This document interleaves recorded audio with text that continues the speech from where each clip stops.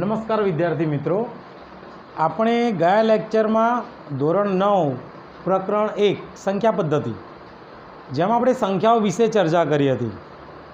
કેટલા પ્રકારની સંખ્યાઓ આવે, એ સંખ્યાઓમાં કયા કયા પ્રકારની સંખ્યાઓ રહેલી છે, બરાબર. જરા એને થોડું ફ્લેશબેકમાં લઈ લઈએ. સૌથી પહેલાં આપણે લખ્યું હતું n. n એટલે પ્રાકૃતિક સંખ્યા. પ્રાકૃતિક સંખ્યાની શરૂઆત થાય 1 થી. સૌથી નાનામાં નાની પ્રાકૃતિક સંખ્યા છે 1, 2, 3 થી અનંત સુધી. 1, 2, 3 થી અનંત સુધી, જ્યાં સુધી આંકડાઓ આવી શકે. પૂર્ણ સંખ્યા જે પ્રાકૃતિક સંખ્યા છે એ પૂર્ણ સંખ્યામાં સમાયેલી છે. હોલ નંબર W વડે દર્શાવાય. W ની શરૂઆત થાય છે 0 થી. તમે જોઈ શકો છો કે પ્રાકૃતિક સંખ્યામાં 1, 2, 3 છે. પૂર્ણ સંખ્યામાં પણ 1, 2, 3 છે, પણ એમાં એક સંખ્યા વધારાની આવી 0, બરાબર. તો આને આપણે કહીશું પૂર્ણ સંખ્યા. એની પછી આવશે Z. ઝેડને કહીએ છીએ પૂર્ણાંક. પૂર્ણાંકની અંદર બધી -0 અને બધી ધન સંખ્યા આવે. ટૂંકમાં પ્રાકૃતિક સંખ્યા એ પૂર્ણ સંખ્યામાં સમાયેલી છે. પૂર્ણ સંખ્યા એ પૂર્ણાંક સંખ્યામાં સમાયેલી છે, બરાબર. અને આ ત્રણે સંખ્યા એ Q એટલે કે સમય સંખ્યા, સમય સંખ્યામાં સમાયેલી છે. એ સિવાય સમય સંખ્યામાં અપૂર્ણાંક સંખ્યાઓ આવે અંશ અને છેદના સ્વરૂપમાં, જે અહીંયા આવતી નથી. અને આ બધી સંખ્યાઓ એ R એટલે કે વાસ્તવિક સંખ્યામાં સમાયેલી છે. વાસ્તવિક સંખ્યામાં બધી આવે, સમય, અસમય, પ્રાકૃતિક, પૂર્ણ, પૂર્ણાંક, બધી સંખ્યાઓ વાસ્તવિકમાં આવે. હવે આ એક ચાર્ટ જેવું છે, યાદ રાખો સ્ટેપ બાય સ્ટેપ. દરેક પ્રાકૃતિક સંખ્યા એ પૂર્ણ સંખ્યા છે. દરેક પૂર્ણ સંખ્યા એ પૂર્ણાંક સંખ્યા છે. દરેક પૂર્ણાંક સંખ્યા એ સમય સંખ્યા છે. અને દરેક સમય સંખ્યા એ વાસ્તવિક સંખ્યા છે. તમારી ગાડી આમ જ જશે, રિવર્સ આવશે નહીં. કેવી રીતે? તો દરેક સમય સંખ્યા પૂર્ણાંક સંખ્યા નથી. દરેક પૂર્ણાંક સંખ્યા એ પૂર્ણ સંખ્યા નથી.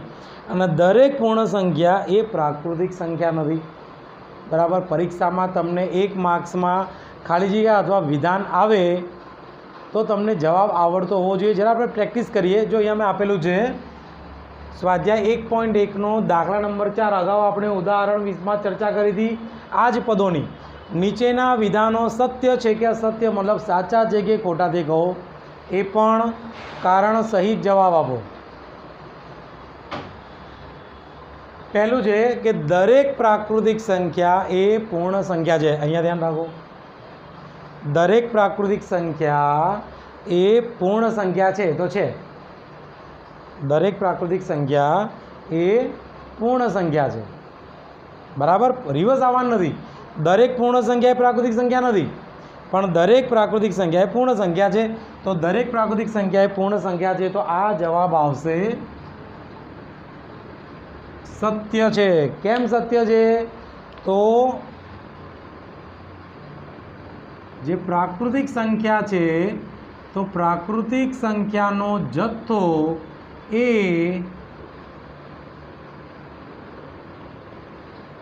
પૂર્ણ સંખ્યામાં સમાયેલો છે. પ્રાકૃતિક સંખ્યાનો જે જથ્થો છે 1, 2, 3 થી લઈને અનંત સુધી એ પૂર્ણ સંખ્યા 1, 2, 3માં સમાયેલો છે. જો છે 0 છે પણ એ પૂર્ણ સંખ્યામાં છે, પ્રાકૃતિક સંખ્યામાં નથી. આગળ જોઈએ, દરેક પૂર્ણાંક એ પૂર્ણ સંખ્યા છે. દરેક પૂર્ણાંક એ પૂર્ણ સંખ્યા છે, તો રિવર્સ આવવાનું નથી. દરેક પૂર્ણ સંખ્યા એ પૂર્ણાંક છે, પણ દરેક પૂર્ણાંક એ પૂર્ણ નથી. તો આ વિધાન કેવું આવશે? અસત્ય. કેમ અસત્ય? આપણે એક ઉદાહરણ લઈ લઈએ, પૂર્ણ સંખ્યાનું ઉદાહરણ લઈએ કે પૂર્ણ સંખ્યાઓ જેવી કે -1, -2, -3 એ પૂર્ણાંકમાં રહેલી નથી। તમે જોઈ શકો છો કે અહીંયા માઇનસ છે પૂર્ણાંકમાં, પણ અહીંયા માઇનસ નથી, એટલે દરેક પૂર્ણાંક સંખ્યા એ પૂર્ણ સંખ્યા નથી।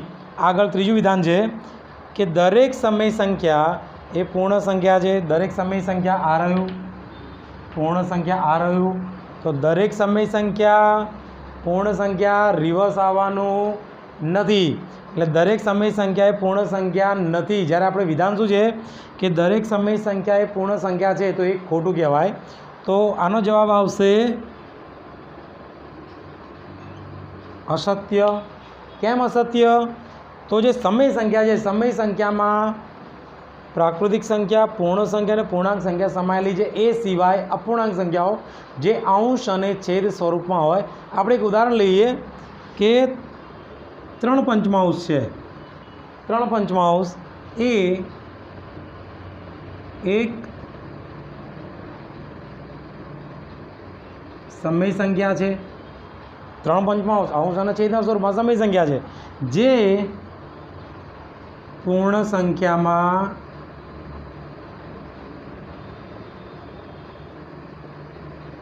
સમાયેલ નથી। બરાબર મિત્રો, જો તમને આ યાદ રહેશે તો તમને આવા વિધાનો પરીક્ષામાં આવશે। ફરીથી ગાડી આપણી આમ જશે, રિવર્સમાં આવશે નહીં। દરેક પ્રાકૃતિક પૂર્ણ છે, દરેક પૂર્ણ પૂર્ણાંક છે, દરેક પૂર્ણાંક સમય છે, દરેક સમય વાસ્તવિક છે। રિવર્સમાં દરેક સમય પૂર્ણાંક નથી, દરેક પૂર્ણાંક પૂર્ણ નથી, દરેક પૂર્ણાંક પ્રાકૃતિક નથી। બરાબર મિત્રો, એટલે ધ્યાન રાખવાનું આ વિધાન માટે આ તમને મોઢે આવડતું હોવું જરૂરી છે। હવે આપણે આના દાખલા જોઈશું। બરાબર,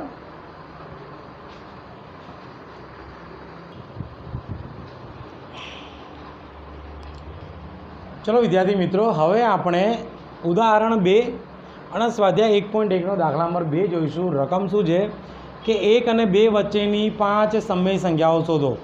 1 અને 2 સંખ્યા રેખા પર તમે 1 અને 2, તો એની વચ્ચે અસંખ્ય સમય અને અસમય સંખ્યાઓ રહેલી છે। અસંખ્ય યાદ રાખજો। તો આપણે તો 5 જ શોધવાની છે। હવે આની એક ટેકનિક છે, ધ્યાન રાખજો। આવો દાખલો પરીક્ષામાં આવે, શું કરવાનું? સૌથી પહેલાં 1 અને 2 વચ્ચેની 5 સમય સંખ્યાઓ શોધો। કેટલી શોધવાની છે? 5 શોધવાની છે। તો જેટલી સમય સંખ્યાઓ શોધવાનું કીધું હોય એમાં 1 ઉમેરી દો। 5માં 1 ઉમેરો, કેટલા થશે? 6। જેટલી પણ સમય સંખ્યા કીધી હોય એમાં 1 ઉમેરી દેવાનું। એ જે સંખ્યા આવે એને આપેલી સંખ્યા વડે તમારે ગુણી નાખવાના અને ભાગી નાખવાના।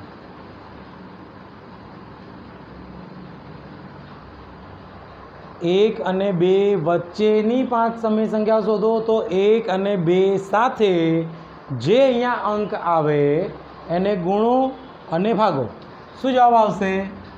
તો 6 એકા 6, 6 દુ 12। બરાબર, આપણને એવી સંખ્યા મળી કે જેનો છેદ સરખો છે। છેદ સરખો એ યાદ રાખજો, આગળ પણ કામમાં આવશે। હવે 6 અને 12 અંશ જુઓ, છેદ તો સરખો જ છે, અંશ જુઓ 6 અને 12, તો 6 અને 12ની વચ્ચે કઈ સંખ્યા આવે? કઈ સંખ્યા આવશે 6 અને 12ની વચ્ચે? 6 પછી આવે 7, 7 પછી આવે 8, 8 પછી આવે 9, 10, 11। તો 6 અને 12ની વચ્ચે 7, 8, 9, 10, 11 કેટલી સંખ્યા આવી? 1, 2, 3, 4, 5। કેટલી શોધવાની હતી? 5 સમય સંખ્યા। પૂરું। બરાબર, ફરીથી સેમ દાખલો સ્વાધ્યાય 1.1 દાખલા નંબર 2 આ જ રીત કરીશ। ફરીથી ધ્યાન રાખજો, આવડી જશે। 3 અને 4 વચ્ચેની 6 સમય સંખ્યાઓ શોધો। કેટલી શોધવાની છે? 6। બરાબર, તો શું કરીશું? ઉપર શું કર્યું? એ રીતે જ 1 ઉમેરી દો। 6માં 1 ઉમેરશો એટલે આપણને મળશે 7। તો આ 7ને આપણે 3 અને 4, તો 3 અને 4 સાથે ગુણવાના અને ભાગવાના. આ જ રીતે આપણે ઉપરના દાખલામાં પણ કરી હતી, બરાબર. જ્યાં આંકડો મળે એને ગુણો અને ભાગો. ઓકે, હવે શું? 7 તરી 21, 7 ચોક 28. આપણે સંખ્યા મળી, એમાં છેદ જો છેદ સરખા છે, 7 7 અંશ 21 અને 28. તો 21 અને 28ની વચ્ચે કઈ કઈ સંખ્યા રહેલી છે?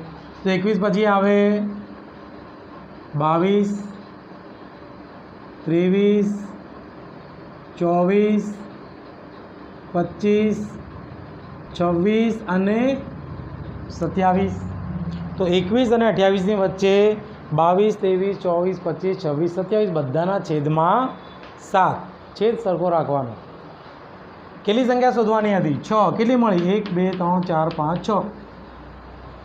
બરાબર. પરીક્ષામાં દાખલો પૂછાય તો આપણે દાખલાની પૂર્ણાહુતિ કેવી રીતે કરવાની? તો આમ જે જવાબ મળે લખી નાખો કે 22 સપ્તમાંશ, 23 સપ્તમાંશ, 24, 25, 26 અને 27 સપ્તમાંશ એ શું માંગ્યું હતું? 3 અને 4 વચ્ચેની. એ 3 અને 4 વચ્ચેની સમય સંખ્યાઓ છે. આ રીતે પૂરો દાખલો થાય. આપણે પહેલા દાખલામાં પૂર્ણાહુતિ નહોતી કરી, જગ્યાના ભાવે, એ તમારે જાતે કરી લેવાની. આ રીતે મળશે, બરાબર. આ બંને દાખલા કેવા હતા? તો પૂર્ણાંક સંખ્યાઓની વચ્ચે સમય સંખ્યા શોધવાના દાખલા. હવે કેવા દાખલા આવશે? તો બે અપૂર્ણાંક સંખ્યાઓની વચ્ચેની સમય સંખ્યા શોધવાના દાખલા. એ આપણે નેક્સ્ટ વિડીયોમાં જોઈશું. બરાબર શીખજો અને પ્રેક્ટિસ કરજો. હું તમને આની જેવા દાખલા તમને હોમવર્કમાં પણ મોકલીશ. હોમવર્કમાં લખીને તમારે ફોટો પાડીને મને સેન્ડ કરવાનો મારા નંબર પર. બરાબર. All the best.